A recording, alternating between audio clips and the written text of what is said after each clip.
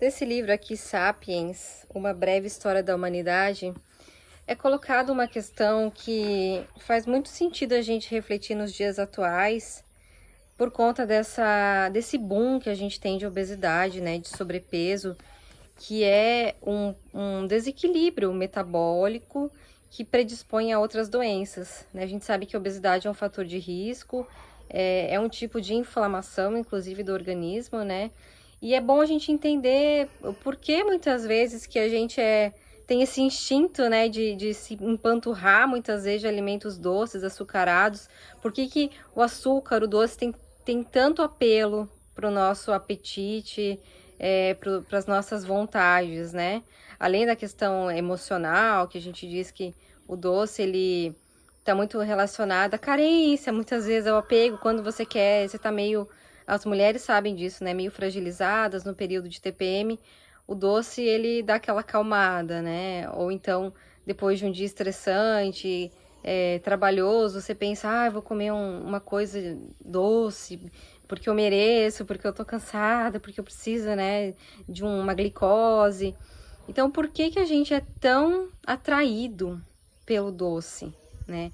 E esse livro aqui, ele vai remontar um pouquinho as origens dos nossos ancestrais, que eram coletores, então que viviam da coleta daquilo que era sazonal, né, do que tinha disponível no momento. Então, olha só, ele começa perguntando assim: por que as pessoas se entopem de comida altamente calórica que não faz bem para os seus corpos? É que as galinhas estão correndo ali. Aí ele coloca assim: as sociedades abastadas da atualidade estão às voltas com a praga da obesidade. Para entender o motivo de nos empanturrarmos com alimentos mais doces e gordurosos, é preciso examinar os hábitos alimentares dos nossos ancestrais coletores. Tá? Então, nas savanas e florestas que eles habitavam, os doces altamente calóricos eram raros e a comida era bem escassa.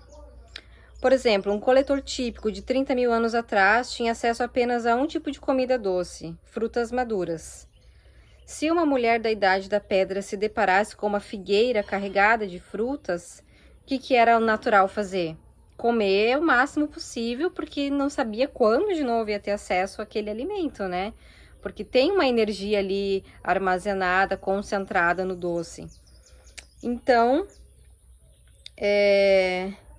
havia esse instinto de se fartar com comida altamente calórica por uma questão de sobrevivência. E isso ficou implantado nos nossos genes. Só que a diferença é que hoje a gente não tem esse acesso assim escasso, né? A gente tem o doce acessível a qualquer momento, basta abrir a geladeira, basta abrir o armário. E é justamente esse descompasso entre aquilo que a gente ingere e aquilo que a gente gasta como taxa calórica, né, como gasto energético, é que faz com que todo esse excesso de caloria dos doces, ao invés de ser utilizado para produzir energia, ele passa a ser acumulado como gordura, né, e acaba sendo um problema. Então, o desafio, assim, é a gente, não digo treinar os genes, porque existe uma propensão, mas a gente pode, com consciência dessa raiz, né, da nossa genética ancestral, trabalhar esse equilíbrio entre o consumo de alimentos, né, reduzindo o consumo de alimentos altamente calóricos, como doces concentrados, açúcar refinado. Imagina, eles não tinham isso, o doce era da fruta, né, e agora a gente tem isso tudo muito realmente concentrado em altas quantidades, né, em alimentos super açucarados e gordurosos. E o nosso gasto energético não condiz, não é o suficiente para poder equilibrar a balança. Então, a conta acaba não fechando, né? Se consome muito mais do que se gasta. Então, fica aí o desafio de a gente conseguir perceber o quanto a mais está sendo ingerido desses alimentos doces e o que pode ser feito, quem sabe, para aumentar o gasto energético, né, atividade física, o movimento ao ar livre, atividades manuais, também coisas que possam ajudar o corpo a gastar essas calorias e não acumular como gordura.